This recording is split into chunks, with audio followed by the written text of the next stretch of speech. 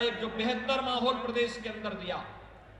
आज आप देख रहे होंगे जो ये माफिया अपराधी पहले सत्ता के शागिर्द बनकर के गरीबों का, व्यापारियों का, उद्यमियों का जीना हराम कर देते थे, आज इन माफिया और अपराधियों का, पेशेवर संगठित अपराधियों का हमारी पुलिस ने जीना हराम कर दिया है। अब ये मारे मारे फिर रहे हैं, बहुत सारी जगह तो अपने गलों में तख्ती लटका करके घूमते हैं और इस बात की गुहार करते हैं कि साहब अब हम ठेला लगा करके सब्जी बेच लेंगे लेकिन अपराध नहीं करेंगे, जान बकस लो बस। और भाइयों बहनों, मैं यही भी आ रहा था, देश के सभी प्रमुख शहरों के लिए आज आगरा से वायु की सेवा शुरू हो चुकी है। इसको और अच्छा बनाने की दिशा में प्रयास हम कर रहे हैं। यमुना को प्रदूषण से मुक्त करके अविरल और निर्मल बनाने की कार्रवाई एक नए ओर से हम आगे बढ़ा रहे हैं। हर घर नल की योजना साकार हो पाएगी, कभी ये कल्पना थी, आज ये साकार होता हुआ दिखाई दे रहा है। और इसलिए भाइयों बहनों, ये सब संभव हो पाया है क्योंकि आगरा एक स्वच्छ शहर के रूप में, आगरा एक स्मार्ट सिटी के रूप में, आज आगरा एक सुरक्षित सिटी के रूप में आज अपना स्थान प्राप्त किया। तो इसलिए क्योंकि मोदी जी का मार्गदर्शन, केंद्र और राज्य सरकार ने मिलकर के योजनाओं को डबल इंजन की स्पीड से आगे बढ़ाया और स्थानीय निकाय की संस्थाएं जब उसमें योगदान देने लगती हैं, सकारात्मक भाव से कार्य करती हैं और प्रबुद्ध जन का सानिध्य इन पूरी योजनाओं को जब प्राप्त होता है, उनका समर्थन प्राप्त होता है, तो भाइयों बहनों उसके परिणाम उसी रूप में सामने देखने को मिलते हैं जैसे आज आगरा के अंदर आपको दिखाई दे रहा होगा। और आगरा के इन्हीं कार्यक्रमों को आगे बढ़ाने के लिए, आप सबका आह्वान करने के लिए, ये लगभग 500 करोड़ रुपए की योजनाओं को लेकर के हम सब आपके बीच में आए हैं। आज के इस अवसर पर मैं आश्वस्त करना चाहता हूं, हर उस नागरिक को जो पात्रता की श्रेणी में है, अभी उसे आवास नहीं मिला है, आवास सरकार उसको अवश्य उपलब्ध करवाएगी। हर उस व्यापारी को, हर उस नागरिक को जो व्यापार करना चाहता है सुख और शांतिपूर्ण माहौल में, लेकिन उसकी व्यवसाय की सुगमता में कुछ बैरियर थे, उन बैरियर्स को समाप्त करके व्यवसाय की सुगमता के लिए, ईज ऑफ डूइंग बिजनेस को और भी आसान करने के लिए केंद्र और राज्य सरकार मिलकर के आपके साथ कार्य कर रही है। और इसीलिए मैं आपका आह्वान करने के लिए आया हूं। वन डिस्ट्रिक्ट वन प्रोडक्ट में आपने मार्बल में और लेदर आइटम में अपना एक स्थान बनाया है, उस प्रक्रिया को तेजी के साथ आगे बढ़ाने के साथ हमें जोड़ना पड़ेगा। और उसी का आह्वान करने के लिए आज मैं आपके पास आया हूं, आपसे कहने के लिए कि भाइयों बहनों, हम सब विकास की इस प्रक्रिया के साथ जुड़े। हमने 10 से 12 फरवरी 2023 में उत्तर प्रदेश की राजधानी लखनऊ में ग्लोबल इन्वेस्टर समिट का आयोजन किया है।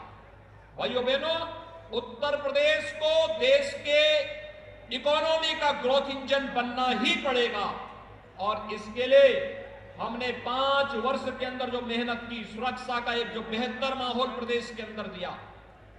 आज आप देख रहे होंगे जो ये माफिया अपराधी पहले सत्ता के शागिर्द बनकर के गरीबों का, व्यापारियों का, उद्यमियों का जीना हराम कर देते थे, आज इन माफिया और अपराधियों का, पेशेवर संगठित अपराधियों का हमारी पुलिस ने जीना हराम कर दिया है। अब ये मारे मारे फिर रहे हैं, बहुत सारी जगह तो अपने गलों में तख्ती लटका करके घूमते हैं और इस बात की गुहार करते हैं कि साहब अब हम ठेला लगा करके सब्जी बेच लेंगे लेकिन अपराध नहीं करेंगे, जान बकस लो बस। और भाइयों बहनों, मैं यही सुरक्षा की गारंटी देने के लिए आया हूं। ईज ऑफ डूइंग बिजनेस को बेहतर रैंकिंग से के साथ उत्तर प्रदेश ने आगे बढ़ाया है, सुरक्षा का एक बेहतर माहौल दिया है। और मैं आगरा के सभी उद्यमियों से, व्यापारियों से और प्रबुद्ध जगत से ही मैं इस बात को कहने के लिए आया हूं, अधिक से अधिक निवेश को हम आगरा और उसके आसपास के क्षेत्र में करने के लिए लोगों को तैयार करें।